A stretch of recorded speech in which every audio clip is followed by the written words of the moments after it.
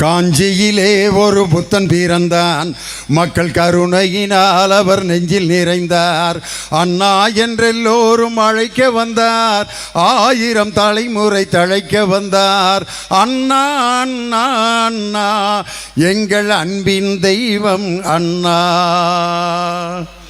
கள்ளக்குடி கொண்ட கருணாநிதி வாழ்கவே, மக்கள் உள்ளம் குடி கொண்ட உண்மை தலைவர் வாழ்கவே. கள்ளக்குடி கொண்ட கருணாநிதி வாழ்கவே. ஸ்டாலின் நம்ம ஸ்டாலின், நம் கழகம் காக்கும் ஸ்டாலின். கலைஞர் படைக்கு தளபதி, நல்ல இதயங்களுக்கு அதிபதி. ஸ்டாலின் நம்ம ஸ்டாலின், நம் தமிழக முதல்வர் ஸ்டாலின். அவசரப்பட்டு கைதட்டிராதீங்க, இன்னும் ஒரு பாட்டு இருக்கு. கருப்பு சிவப்பு படையின் வீரன், களத்தை வெல்லும் துணிச்சல்காரன், காலம் கொடுத்த கடமை வீரன், ஞாலம் புகழும் கலைஞர் பேரன். திருக்குவளை வழியில் வந்த தமிழ் குருதி, நம் திராவிடர்க்கு தலைமை தாங்கும் உதயநிதி. திருக்குவளை வழியில் வந்த தமிழ் குருதி, நம் திராவிடர்க்கு தலைமை தாங்கும் உதயநிதி. வரலாற்று சிறப்புமிக்க புதுக்கோட்டை வடக்கு மாவட்டம் திராவிட முன்னேற்ற கழகத்தின் சார்பாக புதுக்கோட்டை வடக்கு தெற்கு மாநகர திராவிட முன்னேற்ற கழகமும் இன்று இணைந்து நடத்தி கொண்டிருக்கக்கூடிய, நம்மையெல்லாம் வளர்த்து ஆளாக்கி திராவிட முன்னேற்ற கழகம் என்ற ஆலமரத்தையும் தமிழகத்தை சிற்பியாக இருந்து உருவாக்கி இன்று மெரினா கடற்கரையில் ஓய்வெடுத்து கொண்டிருக்கக்கூடிய முத்தமிழறிஞர் டாக்டர் கலைஞர் அவர்களின் 102வது பிறந்த நாள் மற்றும் கழக அரசின் சாதனை விளக்க பொதுக்கூட்டத்தையும் மிக சிறப்பாக இன்று நடத்தி கொண்டிருக்கிறோம். இந்த கூட்டத்தினுடைய மிக முக்கியமான நோக்கத்தை மேடையில் இருக்கக்கூடிய அனைவரும் தெரிவித்தார்கள். இதுவரைக்கும் எல்லாரும் என்கிட்ட தான் வந்து இந்த தேதியில் வந்து கூட்டம் நடத்துங்க வாங்கன்னு கூப்பிடுவாங்க. நான் என்னுடைய சர்வீஸிலேயே நான் வந்து பேசணும், எனக்கு தேதி கொடுங்கன்னு கேட்டு புதுக்கோட்டையில் வந்து பேசணுன்னு நான் தேதி வாங்கி பேசுகிற கூட்டம் இதுதான். எதுக்காக அப்படின்னா, ஒரு 4-5 நாளைக்கு முன்னாடி நமது புருடா பழனிசாமி அவர்கள் ஏதோ பெரிய சாதனையை சாதித்து விட்டது போல் இந்த புதுக்கோட்டையில் வந்து ஆகாகா ஓகாகான்னு லேகியத்தை விற்றுட்டு போயிருக்கார். அந்த லேகிய வியாபாரியினுடைய வேட்டியை கிழிப்பதற்காக கூட்டப்பட்ட கூட்டம்தான் இந்த அற்புதமான கூட்டம். எவ்வளவு பெரிய பொய்யும் புரட்டுகளையும் இந்த மேடைகளில் தமிழ்நாடு முழுவதும் அவர் பேசிவிட்டு ஏதோ 2026 அவங்க எல்லாரும் 210 தொகுதியில் ஜெயிக்க போகிறேன்ட்டு அவர் ஏதோ ஒரு பகல் கனவு கண்டு கொண்டிருக்கிறார். இன்னைக்கு நான் சொல்கிறேன், 1996ஆம் ஆண்டு நீங்களெல்லாம் அம்மா அம்மா அம்மா அம்மா என்று சொல்லி கொண்டிருந்த அந்த ஜெயலலிதா அம்மையாரையே பர்கூரில் தோற்கடித்த இயக்கம் திராவிட முன்னேற்ற கழகம். அந்த அம்மாவே தோற்று போனது. 1996 பர்கூரில் எப்படி ஜெயலலிதா அம்மா தோற்றார்களோ அதே போல் விராலிமலையில் மண்ணை கவ போகின்ற ஒரு தோல்வியை காணப்போகின்ற ஒரு வேட்பாளர் யார் என்றால் அவர்தான் முன்னாள் மருத்துவத்துறை அமைச்சர் அருமை தம்பி விஜயபாஸ்கர். நாங்களாம் ஏன் அருமை தம்பின்னு சொல்கிறோம்னா, என்னுடைய தானை தலைவர் டாக்டர் கலைஞர் எல்லோரையும் மரியாதையாக நாகரிகமாக பேசுங்கள் மேடையிலே என்று எங்களுக்கு மேடையில் பழக்கப்படுத்தி விட்டவர்.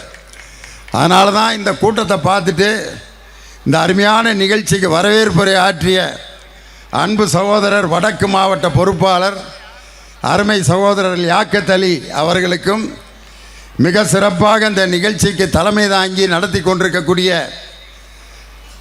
திராவிட முன்னேற்ற கழகத்தில் பொறுமையாக உழைத்து கொண்டிருந்தால் உயர்ந்த பதவி அவர்களுக்கு தானாக வழங்கப்படும் என்ற அந்த உழைப்பின் சிகரமாக தொண்டர்களின் பாதுகாவலராக இருக்கின்ற மாவட்ட கழகத்தின் செயலாளர் என் அருமை தம்பி கே செல்லப்பாண்டியன், 2026 சட்டமன்ற உறுப்பினராக வெற்றி பெற்று எங்கள் தமிழக முதல்வர் தளபதியாருடைய அமைச்சரவையில் இடம்பெற வேண்டும் என்று உங்கள் பலத்த கரவொலியோடு அருமை தம்பி அவர்களை நான் அன்போடு வாழ்த்துகிறேன்.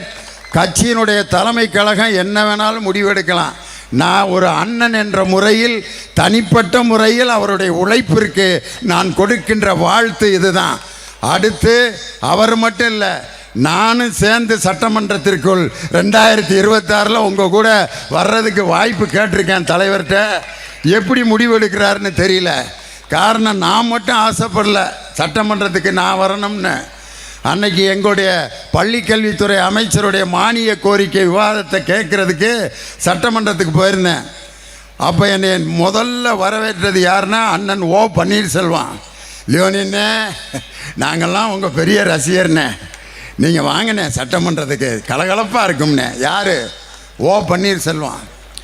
அதுக்கடுத்து என் 2 கையையும் பிடிச்சி நெஞ்சில் வச்சுக்கிட்டு, மாற்று கட்சியில் இருந்தாலும் நாங்கள்லாம் உங்களுடைய பெரிய ரசிகர், என்னுடைய மகனுடைய திருமணத்திற்கே உங்கள் பட்டிமன்றத்தை தான் நான் வச்சேன் அப்படின்னு சொல்லி சட்டமன்றத்துக்கு வாங்கினேன் அப்படின்னு கேட்டது அருமைக்குரிய முன்னாள் அமைச்சர் K.A. செங்கோட்டையன். அவர் என்னை சட்டமன்றத்துக்கு வாங்கன்னு கூப்பிட்டார்.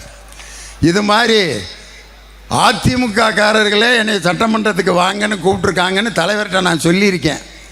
அதனால் நானும் என் தம்பியும் 2026 மீண்டும் கழக தலைவர் மு.க. ஸ்டாலினுடைய அந்த ஆட்சியில் நாங்கள் சட்டமன்றத்துக்குள்ளே போகணும் அப்படின்னு ஆசைப்படுறோம். அதை ஏன் புதுக்கோட்டையில் நான் சொல்கிறேன்னா, லியோனியோட பட்டிமன்றத்திற்கு தாய் வீடாக இருந்து ரசிகர்களாக உருவாக்கிவிட்ட மாவட்டம் அந்த புதுக்கோட்டை மாவட்டம். ஆலங்குடிங்கிற ஊரில் தான் லியோனி முதல்ல நடுவராக பேசி அது ஆடியோ கேசட்டாக வெளியாகி லியோனியை உலக புகழ் பெற்ற ஒரு பேச்சாளராக, இன்னைக்கு திராவிட முன்னேற்ற கழகத்தின் கொள்கை பரப்பு செயலாளராக, பாடநூல் கழக தலைவராக நான் இருப்பதற்கு அடித்தளமிட்ட தாய் வீடு எங்கள் புதுக்கோட்டையினுடைய உயிரினும் மேலான ரசிக பெருமக்கள். அதனால தான் உங்கள் முன்னாடி இந்த கருத்தை நான் சொல்கிறேன். இந்த அருமையான நிகழ்ச்சியில் கலந்து கொண்டு சிறப்பு செய்து கொண்டிருக்கக்கூடிய சட்டமன்ற உறுப்பினர் டாக்டர் முத்துராஜா அவர்களையும், அருமை சகோதரர்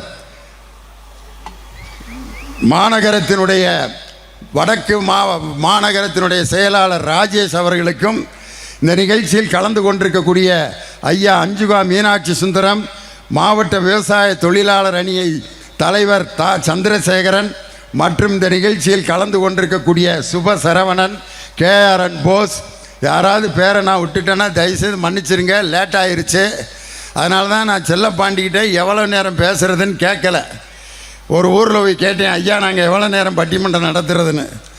நீங்கள் எவ்வளோ நேரம் வேணாலும் பேசுங்க லியோனி, நாங்கள் 10 நிமிஷத்துக்கு மேலே உட்காந்துருக்க மாட்டான்னா. அதுக்கு ஏன்டா நீ திண்டுக்கல்லேருந்து கூட்டி வந்தீங்கன்னு. ஊர் முழுதும் ஸ்பீக்கர் கட்டியிருக்கம்யா, எல்லாம் வீட்டில் படுத்துக்கிட்டே கேட்டுக்கிட்டு இருப்பாங்க, நீ மேடை போட்டு பேசிட்டு வீட்டுக்கு போங்கிறான். இவர்கள்லாம் வீட்டில் படுத்துக்கிட்டே கேட்டுக்கிட்டு இருப்பாங்கன்னா, நான் வெறும் நாற்காலியை பார்த்து பேசுகிறதுக்கு எடப்பாடி பழனிசாமியா இல்லை நயினார் நாகேந்திரனா? லட்சம் பேர் திரண்டிருந்தாலும் மக்கள் ரசிக்க, சிரிக்க, சிந்திக்க எப்படி பேச வேண்டும் என்று கற்றுக் கொடுத்த முத்தமிழறிஞர் டாக்டர் கலைஞரின் கரம் பிடித்து மேடைக்கு வந்தவன் திண்டுக்கல் லியோனி. எங்களை போன்ற பேச்சாளர்களுக்கெல்லாம் வழிகாட்டியாக திகழ்ந்து கொண்டிருக்கக்கூடிய புதுக்கோட்டை மாவட்டத்தின் எந்நாளும் சட்டமன்ற உறுப்பினர் பாரதிதாசனுக்கு அடுத்து திராவிட முன்னேற்ற கழகத்தின் கவிச்சுடர், கவிதை பித்தனாக மேடை, அவர் முகத்தில் முளைத்திருப்பது மீசை அல்ல, 2 புலியினுடைய வாள்கள் அவருடைய முகத்திலே மீசையாக முளைத்திருக்கக்கூடிய அந்த வீரமிக்க கவிஞர் எழுதிய வரிதான், கருப்பு சிவப்பு படையின் வீரன், களத்தை வெல்லும் துணிச்சல்காரன், காலம் கொடுத்த கடமை வீரன், ஞாலம் புகழும் கலைஞர் பேரன், திருக்குவளை வழியில் வந்த தமிழ் குருதி, நம் திராவிடருக்கு தலைமை தாங்கும் உதயநிதி என்ற அந்த பாடல் வரிகளுக்கு சொந்தக்காரர் என் அருமை அண்ணன் கவிச்சுடர், கவிதை பித்தன் உள்ளிட்ட எல்லாருக்கும் என்னுடைய வணக்கம். இன்னைக்கு எடப்பாடி பழனிசாமி ஒரு பஸ் எடுத்துக்கிட்டு புறப்பட்டுருக்கார். எனக்கு அவரை பார்த்தோன்னே என்ன ஞாபகம் வருதுன்னா, இந்த வார பத்திரிகையில் ஒரு விளம்பரம் போடுவாங்க, குடும்ப வாழ்க்கையில் உங்களுக்கு பிரச்சனையா, இல்லற வாழ்க்கையில் உங்களுக்கு தொந்தரவா, ஏன் திருமணம் முடித்தோம் என்ற பயமா? கவலை வேண்டாம். ஒவ்வொரு ஊருக்கும் நாங்கள் வந்து லேகியம் சப்ளை செய்கிறோம். டாக்டர் விஜயம் அப்படின்னு லாட்ஜில் டேட் போட்டு அந்த டேட்டில் டைம் போட்டிருப்பேன் 9 to 10 லாட்ஜில் டாக்டரை சந்திக்கலாம் அப்படின்னு ஒரு லேகிய பாட்டில் ஒரு சூட்கேஸில் தூக்கிட்டு எப்படி ஊர் ஊராக லேகியம் விற்கிற டாக்டர் போய்கிட்டு இருக்காரோ அது மாதிரி தான் அண்ணன் எடப்பாடி பழனிசாமி லேகியம் விற்றுக்கிட்டு இருக்கார். நல்ல வியாபாரிக சந்தையில் எப்படி விற்பான்னா அரிசி விற்றுக்கிட்டு இருப்பான். அண்ணே அரிசி கிலோ எவ்வளவுண்ணே? 40 ரூபா. 35 ரூபாய்க்கு கொடுண்ணே. இல்லை தம்பி 38 வாங்கிக்க, இல்லை 37 கொடுங்க. இதுதான் வியாபாரம். ஆனால் இந்த 6:30 7 மணிக்கு இது மாதிரி லைட்டு வைக்கிற நேரத்தில் ஒரு வண்டியில் ஒரு வியாபாரி வருவேன். அவன் தான் லேகியம் விற்கிறவன். அவன் எப்படி விற்பான்னு உங்களுக்கு தெரியும். எங்கள் ஊர் பக்கம் எப்படி லேகியம் விற்பாங்கன்னா அந்த வண்டியில் வரிசையாக பாட்டில் அடிக்கிறவான், ஒரு பெட்ரோமாக்ஸ் லைட்டை வச்சுருப்பான், ஒரு சின்ன மைக்கை வச்சுக்கிட்டு நாகமலை தோகமலை நடுவருக்கு வீரமலை சுற்றி படர்ந்த மலை சூதாட வையமலை சித்திமலை சிவன்மலை கொல்லிமலை கொடகுமலை இந்த 4 மலையிலே தேடி கண்டுபிடிக்க முடியாத ஒரு விதையெடுத்து அந்த விதையிலிருந்து உருவாக்கப்பட்ட லேகியம். ஒரு 100 பேர் கூடிடுறேன். அண்ணன் ஏதோ புது மருந்து விற்றுக்கிட்டு இருக்காரா அப்படின்ட்டு. அதெல்லாம் விதலை சுதல பாதாள என்ற 4 லோகத்திலையும் கண்டுபிடிக்க முடியாத ஒரு பழத்தெடுத்து அந்த பழத்திலிருந்து சாரெடுத்து 2ஐயும் மிக்ஸ் பண்ணி உருவாக்கப்பட்ட லேகியம். இன்னும் ஒரு 50 பேர் கூடிட்டான். சில பேர் வாளியில் தண்ணி எடுத்துக்கிட்டு பாத்ரூமில் போய் சென்டர் பண்ணி உட்காருவான்.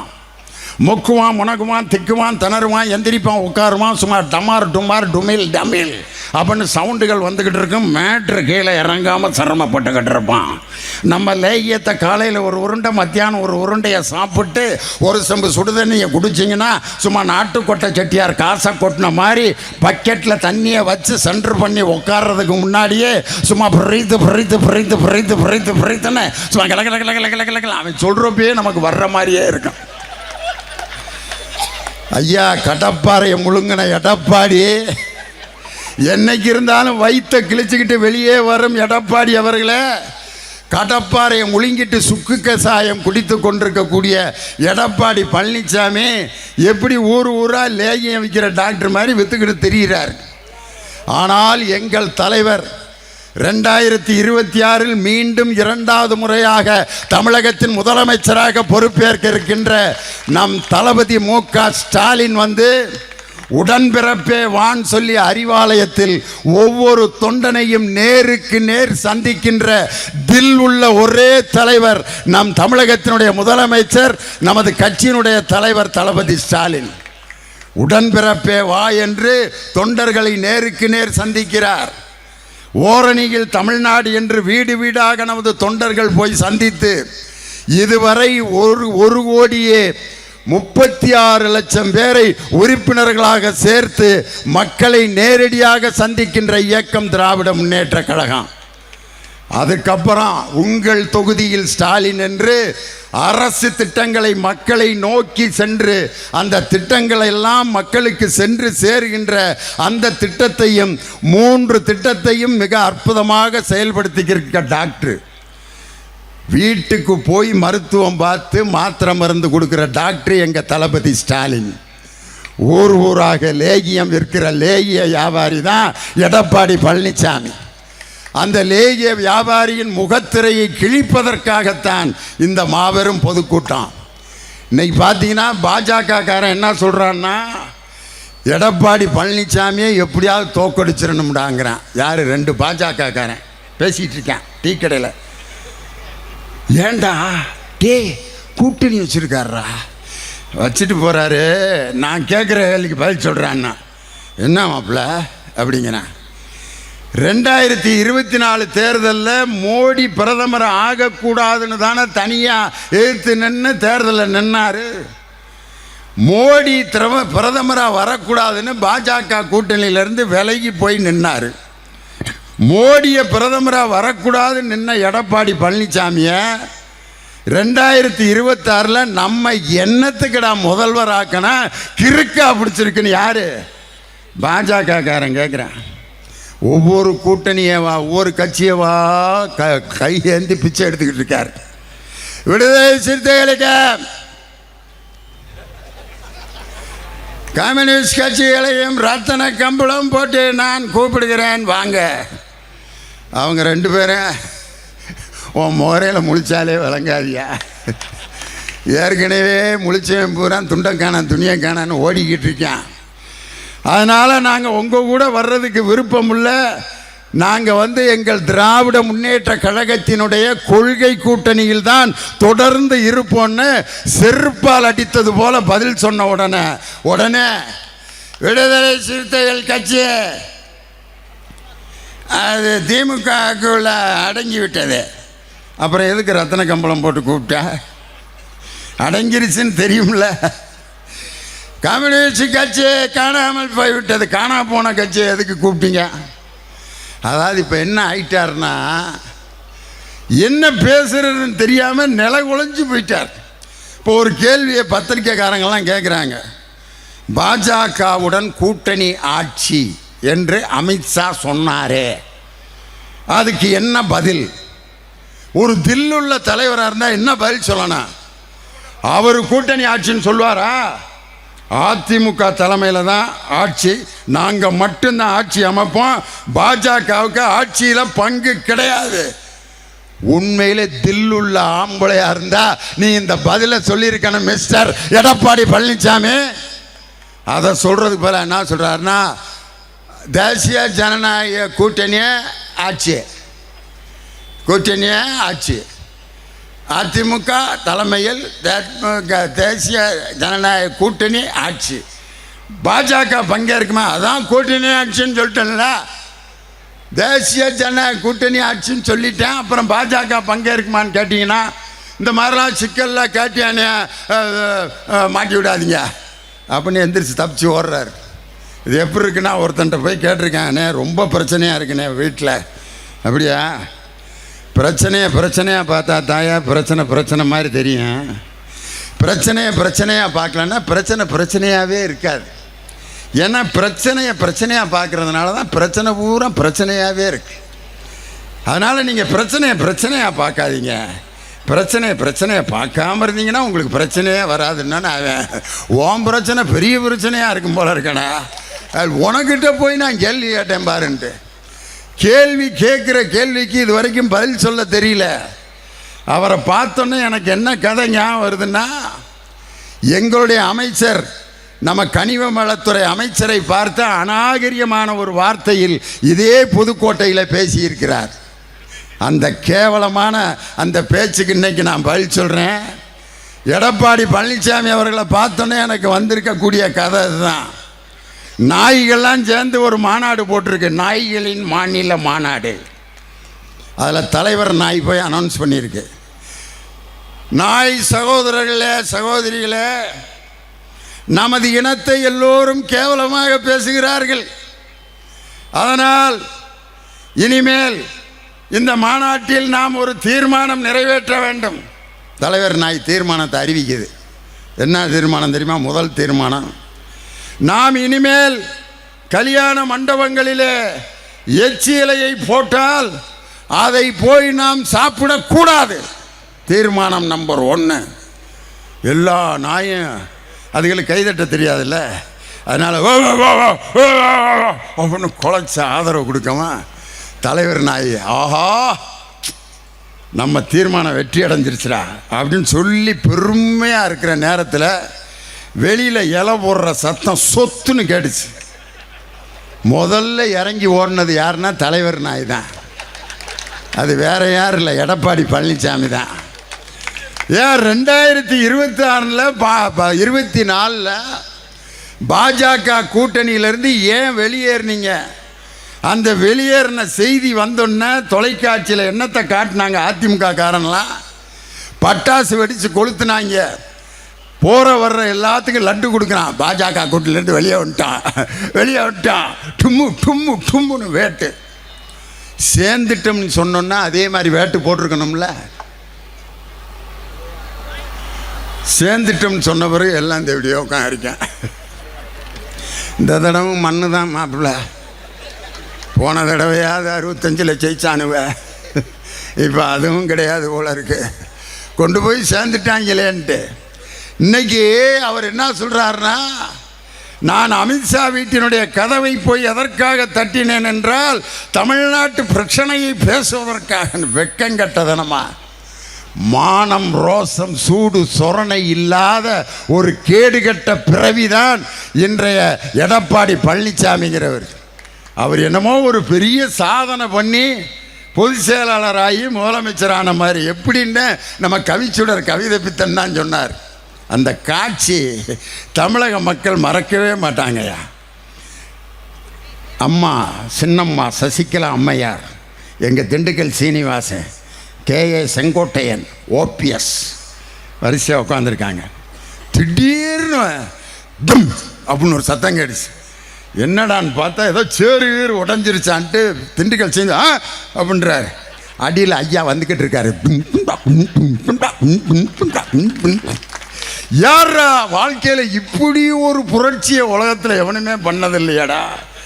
காலில் நம்மளும் தான் நம்ம குருநாதர் காலில் விழுவோம், இப்படி தொட்டு கும்பிடுவோம், 2 காலையும் தொடுவோம், நெடுஞ்சாங்கரையாக விழுந்து ஆசீர்வாதம் வாங்கவும் கேட்டிருக்கான். 4 சேர் காலுகளுக்கு இடையில் பூந்து போய் ஒருத்தர் காலை கைப்பற்றின மிகப்பெரிய புரட்சியை செய்த ஒரு கேடுகட்ட அடிமை தான் எடப்பாடி பழனிசாமி. அப்போ அந்த கால் டச் ஆச்சு. யார்? திண்டுக்கல் சீனிவாசன்.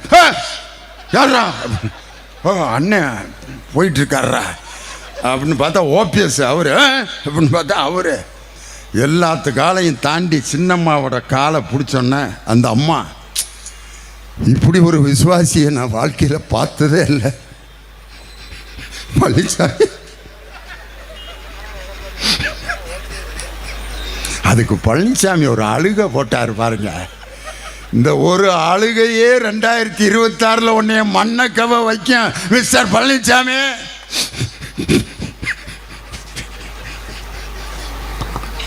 விசுவாசமான சகோதரன் பழனிசாமி. இவர்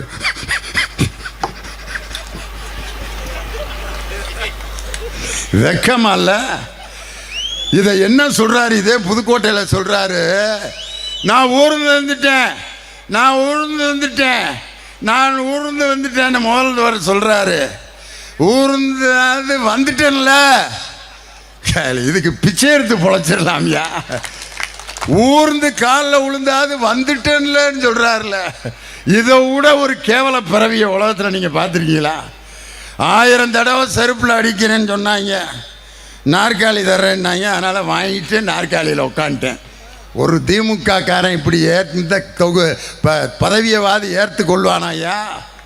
தன்மானத்தையும் பகுத்தறிவையும் ரத்தத்திலே ஊற்றி வளர்ந்த இயக்கம் திராவிட முன்னேற்ற கழகம். அந்த மானத்தை இழந்து போய் காலில் விழுந்து அன்னைக்கு காலில் திண்டுக்கல் சீனிவாசன் அன்னைக்கு ஏற்பட்ட அதிர்ச்சி தான் ஒரு 6 மாதத்துக்கு முன்னாடி மேடையில் பேசுகிறாரு எங்கள் அண்ணன் திண்டுக்கல் சீனிவாசன். அதிமுக தொண்டர்களுக்கு ஒரு அன்பான வேண்டுகோள், 2026 நாம் அனைவரும் கஷ்டப்பட்டு உழைத்து MK ஸ்டாலின் அவர்களை முதலமைச்சராக்கணும். எல்லாம் வேட்டியை பிடிச்சிருக்கிறானே. என்னடா சொன்னேன்? என்ன சொன்னேன்?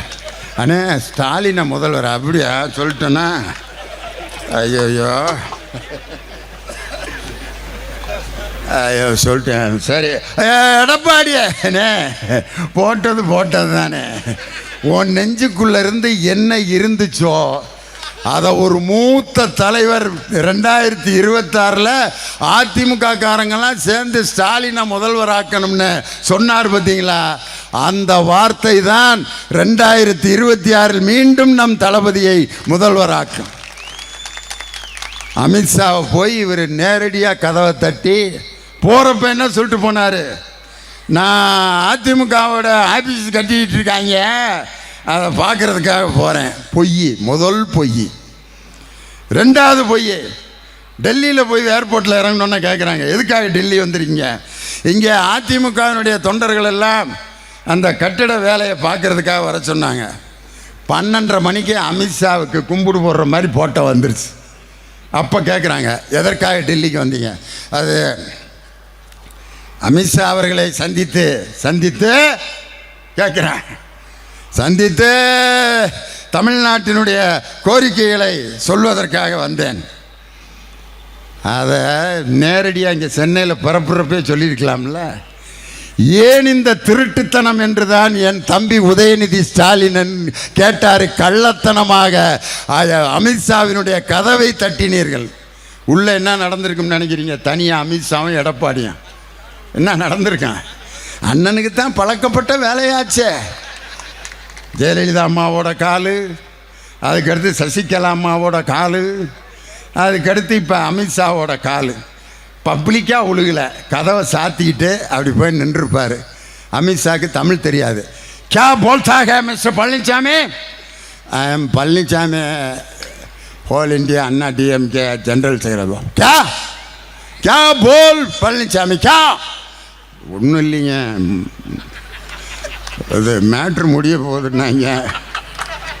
My matter was closed by our ADMK people. You are going to rescue me. Yes, நீங்கள் என்ன சொல்கிறீங்களோ அதை நான் செய்கிறேங்க. What you say I will do mister Amit Shah அப்படின்னு அங்கே போய் பிச்சை எடுத்துட்டு, அந்த ஃபோட்டோவில் பார்த்தீங்களா அமித்ஷா கால் மேலே கால் போட்டு உட்காந்துருக்காரு, பக்கத்தில் கையை கட்டி உட்காந்துருக்காரு ஒரு அடிமை எடப்பாடி பழனிசாமி.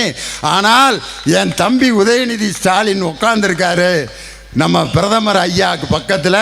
பிரதமர் கை கட்டி உட்காந்துருக்காரு, என் தம்பி உதயநிதி ஸ்டாலின் பக்கத்தில் அப்படி கம்பீரமாக உட்காந்துருந்தாரியா. இந்த சந்திப்புக்கு பேர் என்ன? அந்த சந்திப்புக்கு பேர் என்ன? எடப்பாடியினுடைய சந்திப்பு மானங்கட்ட சந்திப்பு. அது கம்பீரமான தன்மானத்தின் சுயமரியாதையோட சந்திப்பு.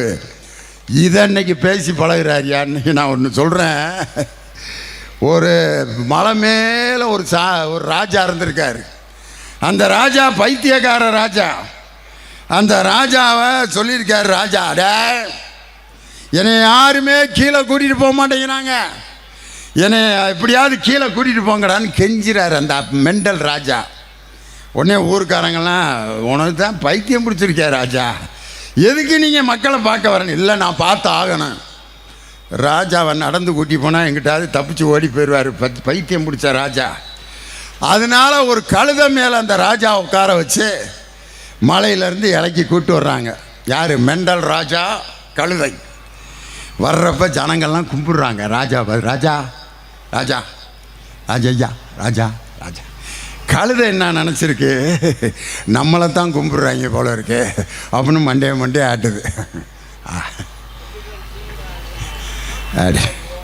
அப்படியே கீழே இறங்கி வருது கழுதையோட மெண்டல் ராஜா.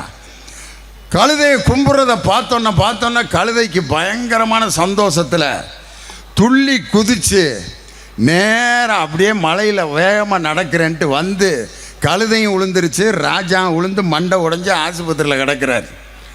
கழுதையை புளிய மரத்தில் கட்டி வச்சு அடிக்கிறாங்க. இந்த கழுதை வேறு யாரும் இல்லை, அதுதான் எடப்பாடி பழனிசாமி. பைத்தியம் பிடிச்ச ராஜா தான் பாஜக. இது 2026 மண்ணை கவப்போவது உறுதி. எங்கள் தளபதி மு.க. ஸ்டாலின் தான் மீண்டும் தமிழகத்தினுடைய முதலமைச்சராக பொறுப்பேற்பார். காரணம், மார்ச் 1 திராவிட மாடல் முதல்வர் எங்கள் தளபதி ஸ்டாலினோட பிறந்த நாள் மார்ச் 1. ஏப்ரல் 1 பாஜக அதிமுக என்ற கோமாளிகள் ஏமாளிகளாக மாறி தோல்வி அடைய போகும் ஏமாளிகளுடைய நாள் ஏப்ரல் 1. மே 1 வெற்றி பொதுக்குழு கூட்டம் நடைபெற்றது மதுரையில். மே 1 ஜூலை 1, 2026 கவர்னர் மாளிகையில் 2026 ஜூலை 1 அன்று முத்துவேல் கருணாநிதி ஸ்டாலின் என்னும் நான் தமிழகத்தின் முதல்வராக பொறுப்பேற்கிறேன் என்ற அந்த குரல் ஒலிக்க போகின்ற நாள் 2026 ஜூலை 1. திமுகவுக்குன்னு ஒரு மாபெரும் வரலாறு இருக்கியா? எடப்பாடி பழனிசாமிக்குன்னே எம்ஜிஆருடைய பாட்டு போட்டிருக்காங்க. எடப்பாடி பழனிசாமிக்குன்னே போட்ட பாட்டு. இதே மாதிரி கூட்டம் தான் சென்னையில் கூட்டியிருந்தாங்க.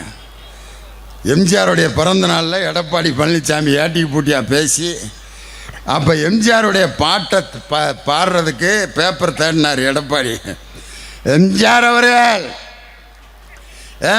அவர்கள் பாடிய பாடல், அந்த பேப்பரை குடுற பேப்பரு, எம்ஜிஆர் எம்ஜிஆர் எம்ஜிஆர் அப்படின்னு அந்த பாட்டு மறந்து போச்சு. கடைசிக்கு இன்னொரு பேப்பர் இதுலேயோ ஒருத்தன் எழுதி கொடுத்துருக்கான். என்ன பாட்டு தெரியுமா பாடினார்?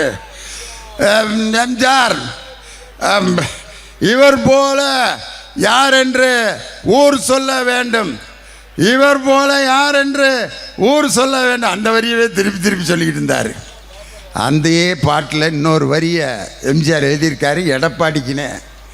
திருந்தாத உள்ளங்கள் இருந்தென்ன லாபம், வருந்தாத உருவங்கள் பிறந்தென்ன லாபம், இருந்தாலும் மறைந்தாலும் பேர் சொல்ல வேண்டும், எங்கள் தளபதி ஸ்டாலின் போல யார் என்று ஊர் சொல்ல வேண்டும், ஸ்டாலின் போல யார் என்று ஊர் சொல்ல வேண்டும், கண் போன போக்கிலே கால் போகலாமா, கால் போன போக்கிலே மனம் போகலாமா.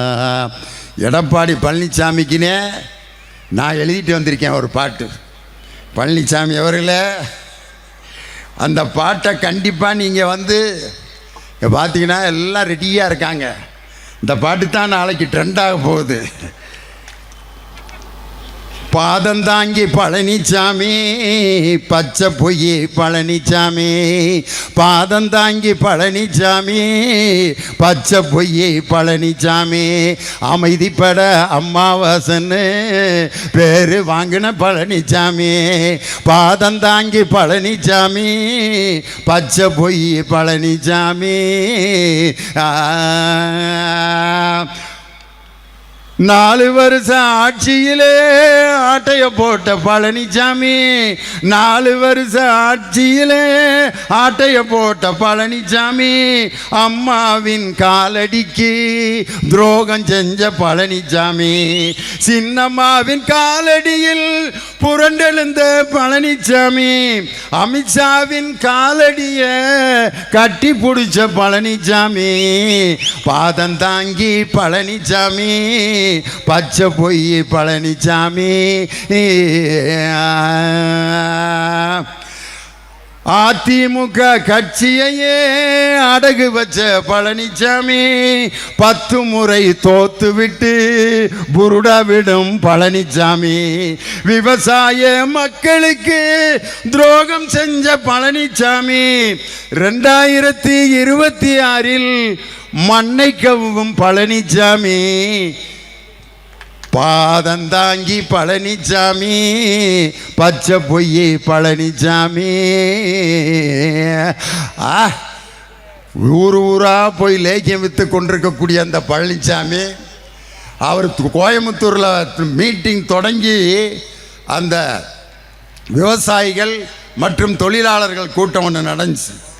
அதில் முதல்ல ஒருத்தன் கருத்து சொல்ல வந்தான். யார் தெரியுமா? மரியாதைக்குரிய எதிர்கட்சி தலைவர் அண்ணன் எடப்பாடி பழனிசாமி அவர்களுக்கு விறகு வியாபாரிகள் சார்பாக சில கோரிக்கைகளை வைக்கிறேன். முதல் ஆள் யார்? விறகு. அதுக்கடுத்து ஒருத்தன் செங்கல். நாங்களெல்லாம் செங்கல் கால்வாய் வச்சுருக்கோம், செங்கல் வியாபாரிகள் சார்பாக. அதுக்கடுத்து இன்னொருத்தன் சிமெண்ட்டு கலவை வியாபாரிக. இது பாருங்கள் எப்படி சகனம் கரெக்டாக இருக்குன்னு பாருங்கள்.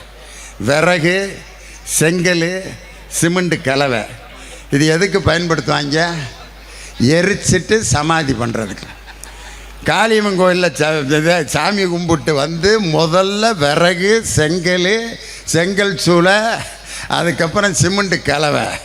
அதுலேயே பக்கத்தில் யார் வேலுமணி சொல்கிறாரு, சகனமே சரியில்லையாடா, யாரா இவனுகளை கூட்டி வந்தது, வேற எவனையாவது பேச சொல்லுங்கடான்னா திருப்பி அவன் வந்து விறகு அவர் வேற ஏதாவது பேசியா சும்மா விறகு விறகு விறகுன்னுக்கிட்டு. இன்னைக்கு நான் கேட்குறேன், பாட்டாளி மக்கள் கட்சி கூட்டணியில் இருந்தப்ப எங்கள் திண்டுக்கல் சீனிவாசன் தான் திண்டுக்கல்லில் நடந்த மேடையில் பாட்டாளி மக்கள் கட்சியினுடைய ஐயா ராமதாஸ் ஐயா உட்காந்துருக்காரு. திண்டுக்கல் சீனிவாசன் ஓட்டு கேட்டார். எங்களுடைய கூட்டணி கட்சி பாட்டாளி மக்கள் கட்சிக்கு ஆப்பிள் சின்னத்திலே வாக்களிக்கும்படி கேட்டுக்கொள்கிறேன்னார். ஒருத்தன் வேட்டியை பிடிச்சி இழுத்தானே, சின்ன மயரனே என்னடா சொன்னேன் அண்ணே, ஆப்பிள்னு சொல்லிட்டனே, மாம்பழம் சரி ஏதாவது ஒரு பழத்தை சொல்லிட்டேன்ல விட்றா, அதான் தோக்கத்தானே போகிறான் அப்படிங்கிற மாதிரி எந்த பழத்தில் போட்டான் என்னன்னு ராமதாஸ் அப்பயே பார்த்தாரு. இவங்களோட போய் சேர்ந்து நம்ம எப்படா கூட்டணியில் வாழ்கிறதுன்ட்டு. அதே அன்புமணி ராமதாஸ் எடப்பாடி பழனிசாமியை சொன்ன வார்த்தை என்னைக்கு நான் சொல்கிறேன், டயர் நக்கி கூட்டங்களோடு நாங்கள் கூட்டணி வைத்தது தப்பாக போச்சுன்னு டயர் நக்கின்னார். அதுக்கப்புறம் அதே அன்புமணியை கூட்டிகிட்டு தருமபுரியில் ஓட்டு கேட்க வர்றார். அப்போ அவருக்கு பக்கத்தில் அன்புமணி நிற்கிறாரு. எனக்கு எப்படி கேட்டுச்சுன்னா, என்னை டயர் நக்கின்னு சொன்னவர் இவர் தானுங்க, அதனால் இவருக்கு நீங்கள் அப்படி. ஆனால் அன்புமணி ராமதாஸ் அவர்களுக்கு ஓட்டு போடுங்கன்னா எனக்கு காதில் என்ன உழுதுன்னா, டயர் நக்கின்னு சொன்னது என்ன இவர் தாங்க அப்படின்னு. டயர் நக்கின்னு சொன்ன அதே பாமக கூட திரும்ப கூட்டணி வெக்கங்கெட்டதனமா. பாஜகவுடைய கூட்டணி சேர்ந்ததுனால தான் நாங்கள் தோற்று போனோம்னு யார், முன்னாள் அமைச்சர் டி ஜெயக்குமார். அவர் பார்த்தீங்கன்னா அவர் சொல்கிறது, இந்த பாஜகன்னு ஒரு கட்சியில் மட்டும் நான் கூட்டணி வைக்கலைன்னா இன்றைக்கி நான் எம்எல்ஏ ஆகிருப்பேன். சிவி சண்முகம் சொல்கிறாரு, இந்த கேடுகட்ட பாஜக கட்சியால் தான் நானும் தோற்று போனேன், இந்த கட்சியோட கூட்டணி வச்சு தான் தொலைஞ்சு போனான் அப்படின்னு சொன்னேன்.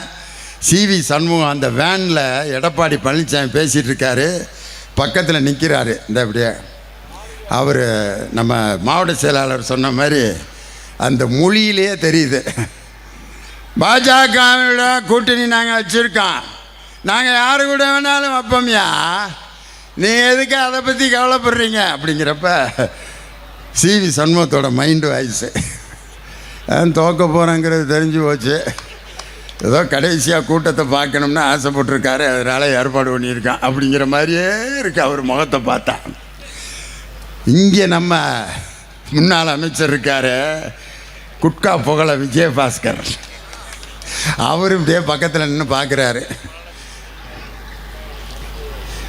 கூட்டத்தை கூட்டி என்ன பிரயோஜனம், ஜல்லிக்கட்டு விட்டப்போ என் மாடு ரெண்டும் செத்தப்பையே நான் முடிவு பண்ணிட்டேன், சாக வரைக்கும் நான் அமைச்சரே ஆக முடியாதுன்னு அப்படின்னு அவர் மைண்டு வாய்ஸ் ஓடிக்கிட்டு இருக்கு. ஜல்லிக்கட்டில் நான் விட்ட மாடு ஜல்லிக்கட்டு களத்திலேயே விழுந்து சாகிறப்பே முடிவு பண்ணிட்டேன், நான் ஜென்மத்துக்கு அமைச்சராக முடியாதுன்னு அவரோட மைண்டு வாய்ஸ். இன்றைக்கி நான் முன்னாள் அமைச்சர் விஜயபாஸ்கர்கிட்ட சொல்கிறேன், எங்கள் தானை தலைவர் டாக்டர் கலைஞர் அவர்கள் வயது முதிர்வின் காரணமாக அவரால் நடக்க முடியாமல் தள்ளு வண்டியில் வரும்பொழுது அந்த முதுமையை பார்த்து கிண்டல் செய்தாய் நீ தள்ளு வண்டி தாத்தா என்று.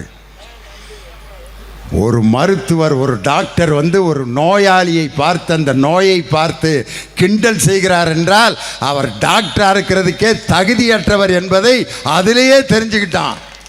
என் தானை தலைவனுடைய அந்த மனப்புழுக்கருக்கு பார்த்தீங்களா, அந்த வேதனை விஜயபாஸ்கரை சாகும் வரை அவரை அமைச்சராக்கவே விடாது.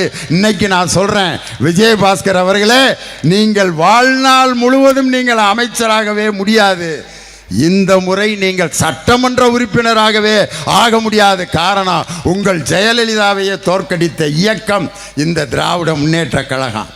இன்னைக்கு நான் சொல்கிறேன், எடப்பாடி பழனிசாமி அவர்கள் இந்த கூட்டத்தை பார்த்துட்டு அந்த கூட்டத்தை இப்போ தான் முத பார்க்குறாரு 4 வருஷம் கழித்து.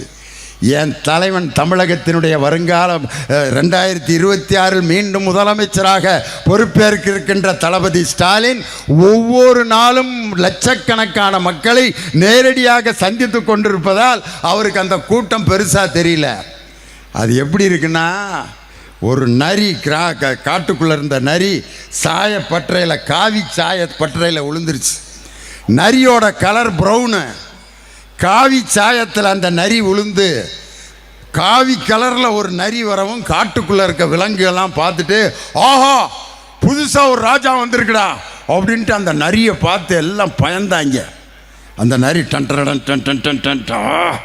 நம்மளை பார்த்து எல்லாம் பயப்படுதுடா, ஆஹா ஓகான்ட்டு.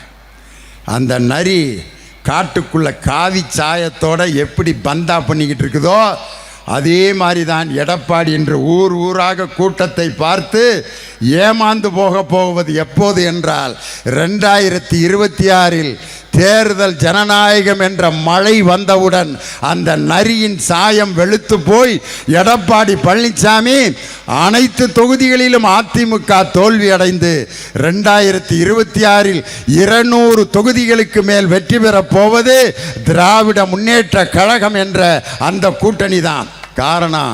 கூட்டணியினுடைய பலம் இன்னைக்கு நம் தளபதி உருவாக்கிய அந்த அற்புதமான கூட்டணி. அந்த கூட்டணியுடைய பலத்தை முடிவு செய்யாமல் இன்னைக்கு எடப்பாடி பழனிசாமி ஊர் ஊராக இன்னைக்கு உளறி கொண்டிருக்கிறார். காரணம் ஏன் இந்த உளறல் அப்படின்னு சொன்னால், அவருக்கு இதுதான் கடைசி, இனிமேல் நமக்கு வாழ்க்கையே இல்லை என்பதனால் தான் அவர் ஒவ்வொரு இடத்திலும் நிதானம் இழந்து முதலமைச்சரை ஒருமையில் இன்னைக்கு பேச ஆரம்பிச்சிருக்காங்க. அப்படின்னு சொன்னால் அங்கே சரக்கு தீந்திருச்சுன்னு அர்த்தம். எங்கள் தலைவருடைய அந்த திட்டங்களை எல்லாம் வரிசையாக மக்களிடம் சொல்லிக்கொண்டே சென்றால் போதும், எங்கள் தலைவர் 200 தொகுதிகளுக்கு மேல் வெற்றி பெறுவார். காரணம் இன்னைக்கு சரக்கு தீர்ந்துருச்சுன்னா 2 ஊருக்கு இடையில் அந்த பஞ்சாயத்து கச்சேரி நடக்குது. அதுக்கு பேர் லாவணி கச்சேரி. ஒரு ஊருக்காரன் அந்த ஊருக்காரன் நிற்கிறான். இந்த ஊருக்காரன் சொல்கிறான், டேய் எங்கள் ஊரில் 5 கோயில் இருக்குடாங்கிறான். அவன் எங்கள் ஊரில் 10 கோயில் இருக்குடாங்கிறான். இன்னொருத்தன் எங்கள் ஊரில் 30 மெத்த வீடு இருக்குடா. அவன் எங்கள் ஊரில் 40 மெத்த வீடு இருக்குடா. இன்னொருத்தன் எங்கள் ஊரில் 500 பொம்பளையை படிச்சிருக்காங்கடா. அவன் எங்கள் ஊரில் 1000 பொம்பளையை படிச்சிருக்காங்கடா. இப்படியே போயிட்டே இருக்கு. இந்த பக்கம் இருக்கவனுக்கு சரக்கு தீர்ந்துருச்சு. உடனே என்ன சொல்கிறான், டேய் ஓ மொட்டாட்டியை பற்றி எனக்கு தெரியாதாடா அண்ணா. ஊரை பெருமையை சொன்னோன்னே எதுக்குடா ஏன் பொண்டாட்டி மேலே கை வைக்கிற?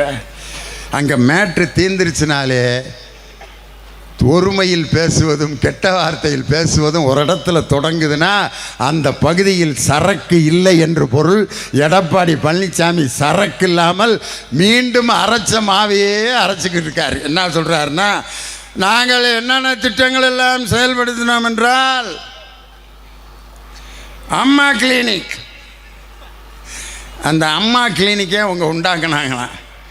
அந்த அம்மா கிளினிக்கை கொண்டு வந்தீங்களே, ஏன் அதில் நடத்தலை? இன்றைக்கி அவரை கேட்குறேன், அடுத்த கூட்டத்தில் பதில் சொல்லுங்கள்.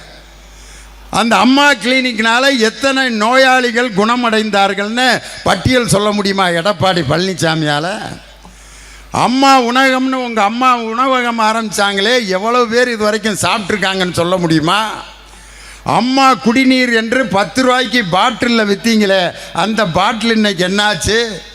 ஆனால் என் தலைவர் குடிநீர் ஏடிஎம் என்று சொல்லி சென்னை முழுவதும் ஏடிஎம் குடிநீர் திறந்திருக்காரு. எந்த நேரம் வேண்டுமானாலும் ஆர்ஓ வாட்டரை மக்கள் பிடித்து குடித்து கொள்ளலாம் என்று இலவசமான குடிநீர் திட்டத்தை தந்தவர் எங்கள் தமிழகத்தினுடைய முதலமைச்சர். அம்மா குடிநீர்னு 10 ரூபாய்க்கு விற்றாங்க பாட்டில். அம்மா கிளினிக். அப்புறம் இன்னொன்று சொல்கிறாரு, மருத்துவ கல்லூரிகளை மாவட்டந்தோறும் நாங்கள் தான் கொடுத்தோம். வெக்கமில்ல? மருத்துவ கல்லூரி மாவட்டந்தோறும் தொடங்க வேண்டும் என்ற ஒப்பந்தத்தை போட்டவர் முத்தமிழறிஞர் டாக்டர் கலைஞர். அவருடைய அந்த திட்டத்தினால்தான் இன்னைக்கு ஒவ்வொரு மாவட்டத்திலையும் மருத்துவ கல்லூரிகள் தொடங்கப்பட்டு கொண்டிருக்கிறது. அதே மாதிரி அம்மா கிளினிக்னு ஒரு திட்டத்தை சொல்கிறாரு. இன்னைக்கு நம்ம மருத்துவத்துறையில் இருக்கக்கூடிய ஒரு வெற்றிகரமான திட்டம் எது என்றால், மக்களை தேடி மருத்துவம். ஒரு கிராமத்தில் இருக்கிற ஒரு அம்மா 100 நாள் வேலை செஞ்சுக்கிட்டு இருக்கும்போதே மயக்கம் போட்டு விழுந்துருச்சு. உடனே பக்கத்தில் இருக்க பொம்பளையெல்லாம் தூக்கிட்டு போய், அம்மா அம்மா ஏம்மா கிருகிருன்னு வருதுக்கா அக்கா போய் என்னான்ட்டு டாக்டர் கையில் அந்த ப்ரெஷரை சுற்றி அப்படியே மீட்ரு ஏறுது. டாக்டர் சொல்கிறார், அம்மா உனக்கு ரத்த கொதிப்பு 400 இருக்குது, இருந்துட்டு போகுது சாமி, இன்னும் ஒரு 100 வேணால் சேர்த்துக்க அப்படின்னு. ரத்த கொதிப்பை சேர்த்துக்க முடியுமா? என்ன இது என்ன ரேஷன் பாடு கடையில் போடுற அரிசின்னு நினச்சியா? இல்லைப்பா ஒரு 100 கூட இருந்துட்டா போயிட்டு போகுது. என்னம்மா ரத்த கொதிப்பு இதுக்கு மேலே அதிகமாகிடுச்சுன்னா செத்துருவேன். அதுக்கு பிளட் ப்ரெஷர்னால் என்னன்னு தெரியல, சுகர்னால் என்னன்னு தெரியல. இப்படி தனக்கு இருக்கக்கூடிய அந்த உள்ளே இருக்கக்கூடிய மறைவான நோய்களை கண்டறிந்து அந்த மக்களுக்கு மருத்துவ உதவி தருகின்ற திட்டம்தான் மக்களை தேடி மருத்துவம். இதுவரைக்கும் 3 கோடி பேர் கிராமங்களில் அந்த மக்களை தேடி மருத்துவத்தால் பயன்பெற்றிருக்கிறார்கள். இது மாதிரி சொல்ல முடியுமா? இது மாதிரி ஒரு திட்டங்களை 4 ஆண்டுகள் தமிழகத்தில் என்ன திட்டங்களை கொடுத்தீர்கள் ஸ்டாலின் அவர்களே, எடப்பாடி அவர்களே? இன்னைக்கு வரிசையாக நான் என்னுடைய திட்டங்களை சொல்லவா? தலைவர் போட்ட திட்டத்தை. உங்கள் அம்மாவுக்கே சமாதி கட்டுறதுக்கு 6 கோடி ரூபாயை பாக்கி வச்ச கேடுகட்ட நன்றி கட்ட குரூப்பியா நீங்கள்? ஜெயலலிதா அம்மாவுக்கு நினைவிடம் கட்டுறதுக்கு 6 கோடி அந்த கான்ட்ராக்டருக்கு கொடுக்கல. சட்டமன்றத்தில் எங்கள் அண்ணன் பொதுப்பணித்துறை அமைச்சர் ஏவா வேலு அவர் எந்திரிச்சு தலைவர்கிட்ட கேட்குறாரு, இந்த மாதிரி அவங்க ஜெயலலிதா அம்மாவுக்கு நினைவிடம் கட்டினதுக்கு கான்ட்ராக்டருக்கு 6 கோடி ரூபா மிச்சம் வச்சுட்டாங்க, அதை சாங்ஷன் பண்ணிடலாமா? தலைவர் சொன்னார், இதை நீ என்கிட்ட கேட்கணும்னு அவசியம் இல்லை. அவங்க என்ன இருந்தாலும் முன்னாள் முதலமைச்சர், எனக்கும் முதலமைச்சராக இருந்தவங்க, அந்த பணத்தை சாங்ஷன் பண்ணுன்னு சொல்லி உங்கள் அம்மாவோட சமாதிக்கே 6 கோடி ரூபா இன்னைக்கு சாங்ஷன் பண்ணவர் என் தலைவரியா? உங்கள் அம்மாவுக்கு எவ்வளோ பெரிய பெருமை சேர்த்துருக்காரு தெரியுமா என் தலைவர்? கேரளாவில் இருக்க வைக்கம் போராட்டத்தில் வைக்கம் அந்த மிகப்பெரிய ஒரு நினைவிடம் அமைத்து பெரியாருக்கு அங்கே ஒரு மிகப்பெரிய அருங்காட்சியகம் ஒன்று, பெரியார் கூட யாரெல்லாம் பழகினார்களோ அந்த தலைவர்களுடைய புகைப்படங்கள் எல்லாம் அந்த அருங்காட்சியகத்தில் வச்சுருக்காங்க. தலைவர் போய் அந்த புகைப்படங்களையெல்லாம் பார்த்துட்டு பொதுப்பணித்துறை அமைச்சர்கிட்ட கேட்டிருக்கார், எல்லா முதலமைச்சர்களுடையும் பெரியார் இருக்கிற படம் இருக்குது, ஜெயலலிதா அம்மையார் பெரியார் கூட இருக்கிற மாதிரி படம் எதுவும் இல்லையா? ஏங்க அதை வச்சா என்ன வைக்காட்டி என்னங்க? இல்லை, போய் தேடி எடுத்துகிட்டு வாங்கன்னு சொல்லி பெரியாரும் ஜெயலலிதா அம்மையாரும் இருக்கிற படத்தை எங்கேயோ போய் ஒரு ஃபோட்டோகிராஃபர்கிட்ட வாங்கி உங்கள் அம்மாவும் பெரியாரும் இருக்கிற படத்தை கேரளாவில் வைக்கம் அருங்காட்சியகத்தில் வைக்க வேண்டும் என்று ஆணை போட்ட தலைவர் எங்கள் தளபதி மு.க. ஸ்டாலின். இன்றைக்கி என் தலைவர் பேரில் எத்தனை நூலகம், எத்தனை பேருந்து நிலையம், எத்தனை மருத்துவமனை. இன்றைக்கி ஜெயலலிதா அம்மா கல்லறைக்குள்ளே இருந்து எடப்பாடி பழனிசாமியை கேட்குறாங்க, ஏ பழனிசாமி, என் பேரில் ஒரு திருமண மண்டபம் அது கட்டினியாயா? மூச்சுக்கு 300 தடவை உம்மா நொம்மா நொம்மாங்கிறியே, என் பேரில் இது வரைக்கும் ஒரு சின்ன கிளினிக் கட்டியிருக்கியா? ஒரு கல்யாண மண்டபம் கட்டியிருக்கியா? ஒரு பள்ளிக்கூடம் கட்டியிருக்கியா? ஒரு காலேஜ் கட்டியிருக்கியா? உங்களையெல்லாம் சோத்தை போட்டு இப்படி வளர்த்தனடா, என் பேரில் நீங்கள் ஒரு கட்டடம் கூட கட்டலையேன்னு அந்த அம்மா கதறி அழுகுது கல்லறைக்குள்ளே இருந்து. இப்போ ஒரு ஃபோட்டோ வெளியாகிருக்கு, பார்த்துருக்கீங்களா? சின்னம்மா காலில் வரிசையாக ஒருத்தராக விழுந்து எந்திரிச்சது ஃபுல் ட்ரெண்ட் ஆகிக்கிட்டு இருக்கு. யார்? ஃபஸ்ட்டு எடப்பாடி, அதுக்கடுத்து கேஎஸ் செங்கோட்டையன், அதுக்கடுத்து ஒவ்வொருத்தரா விஜயபாஸ்கர் உழுவார் பாருங்க, அந்த உயரத்துக்கு அதுக்கும் எங்கன கிடந்தாருன்னே தெரியலையா, டமார்னு விழுந்து எங்கடா ஆளை காணான்னு பார்த்தா இவ்வளோதானே இருக்காப்ல 4 அடி. அதனால் சின்னம்மா கீழே அப்புறம் எந்திரிச்ச பிறகு, ஓ அண்ணனா, என்னடா விழுந்தவரை காணான்ட்டு. இந்த ஃபோட்டோவை மட்டும் ஜெயலலிதா அம்மா கல்லறையிலேருந்து பார்த்துருந்தாங்கன்னா என்ன நினச்சிருப்பாங்க? அட நன்றி கட்ட நாய்களா, உடனே காலை மாற்றிட்டீங்களேடா நான் செத்த உடனே அப்படின்னு சொல்லி அந்த அம்மா நேரம் கண்ணீர் விட்டு அழுதுகிட்டு இருக்கான். உங்கள் அம்மா எங்களுடைய அம்மாவின் ஆட்சி அம்மாவின் ஆட்சின்னு சொல்கிறீங்களே, உங்கள் அம்மா பேரில் இது வரைக்கும் ஒரு ஆரம்ப பள்ளிக்கூடம் தொடங்குனீங்களா? ஆனால் என் தானை தலைவர் டாக்டர் கலைஞர் பேரில் பஞ்சப்பூர் பேருந்து நிலையம், எப்படிப்பட்ட பேருந்து நிலையம்!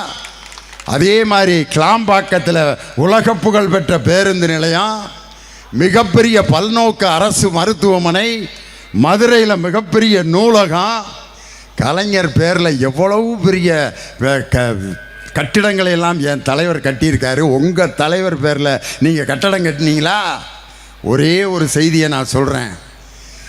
1900 பார் மணி அடிக்குது சிவன் கோயிலில். என் தம்பி செல்லப்பாண்டியன் பேச ஆரம்பிக்கும் போது இதே சிவன் கோயிலில் மணி அடிச்சிச்சு.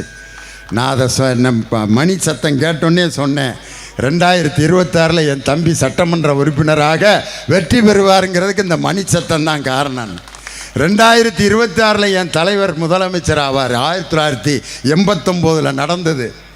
எம்ஜிஆர் மரணப்படுக்கையில் இருக்கார். அந்த நேரத்தில் எம்ஜிஆர் மருத்துவ பல்கலைக்கழகம் எம்ஜிஆர் உயிரோடு இருக்கும்போதே அதை திறக்கணும் அப்படின்னு எம்ஜிஆர் ஆசைப்பட்டு அந்த திறப்பு விழாவில் கலந்துக்கணும்னு ஆசைப்பட்டார். ஆனால் அந்த மருத்துவ பல்கலைக்கழகம் ரெடி ஆயிடுச்சு. எம்ஜிஆரால் திறக்கிறதுக்கு போக முடியல, இறந்துட்டார். அந்த நேரத்தில் மீண்டும் 1989 ஆட்சிக்கு வர்றாரியா என் தலைவர். வந்த உடனே எம்ஜிஆர் மருத்துவ பல்கலைக்கழகம்னு பேர் போட்டிருக்கு. அவர் நினச்சிருந்தா அதை அண்ணா பல்கலைக்கழகம்னு மாற்றிருக்கலாம், கலைஞர் கருணாநிதி மருத்துவ பல்கலைக்கழகம்னு மாற்றிருக்கலாம். ஆனால் என் தலைவர், என் நண்பன் எம்ஜிஆர் திறக்க வேண்டுமென்று நினைத்த பல்கலைக்கழகம் அவர் பேர்லேயே இருக்கட்டும், நான் திறந்து வைக்கிறேன் சொல்லி எம்ஜிஆர் மருத்துவ பல்கலைக்கழகத்தை ரிப்பன் வெட்டி திறந்து வைத்தவர் என் தானை தலைவர் டாக்டர் கலைஞர். நீங்கள் அந்த எம்ஜிஆருக்கு ஏதாவது ஒரு கட்டடம் கட்டியிருக்கீங்களா? ஒன்று கட்டியிருக்காங்க, எம்ஜிஆர் நூற்றாண்டு நினைவு நுழைவாயில், ஒரு ஆர்ச் ஒன்று தான் கட்டியிருக்காங்க. சரி, எம்ஜிஆருக்கு வேறு ஏதாவது நீங்கள் செஞ்சுருக்கீங்களா? சென்ட்ரல் ஸ்டேஷன் பேரை எம்ஜிஆருக்கு வச்சுருக்காங்க. யார்? மத்திய அரசு கட்டியிருக்கிற ரயில்வே ஸ்டேஷனுக்கு போய் எம்ஜிஆர் பேர். ஜெயலலிதா அம்மா பேரில் என்னையா வச்சுருக்கீங்கன்னு கேட்டால் கோயம்பேடு ரயில்வே ஸ்டேஷன் இருக்குல்ல, அதுக்கு எம்ஜிஆர் பேர், இது ஜெயலலிதா அம்மா பேர். வெக்கமா இல்லை? உங்கள் தலைவியின் பேரால் ஒரு கட்டடம் கூட கட்ட முடியல. உங்கள் தலைவி வாழ்ந்த அந்த கொடநாடு வீட்டை காப்பாற்ற முடியாத எடப்பாடி எப்படி நாட்டை காப்பாற்றுவார் என்று எடப்பாடியை இன்று கேள்வி கேட்டு ஊர் ஊராக லேகியம் விற்று கொண்டிருக்கக்கூடிய அந்த லேகிய வியாபாரி விரைவில் மக்களால் துரத்தி அடிக்கப்பட்டு மண்ணை கவப்போகும் காலம் வெகு தொலைவில் இல்லை. 2026 இரண்டாம் முறையாக மீண்டும் முதலமைச்சராக பொறுப்பேற்க போகிறவர் எங்கள் தளபதி மு.க. ஸ்டாலின் தான். அதுவரை திராவிட முன்னேற்ற கழகத்துக்காரன் ஓய மாட்டான், உறங்க மாட்டான். கண்டிப்பாக 200 தொகுதிகளில் நாம் வெற்றி பெறுவது உறுதி உறுதி என்று சொல்லி உங்களிடமிருந்து விடைபெறுகிறேன். நன்றி, வணக்கம். டாக்டர் கலைஞர், டாக்டர் கலைஞர், தமிழக முதல்வர் தளபதி ஸ்டாலின், இளைய தலைவர் உதயநிதி ஸ்டாலின், தமிழக முதல்வர் தளபதி ஸ்டாலின்.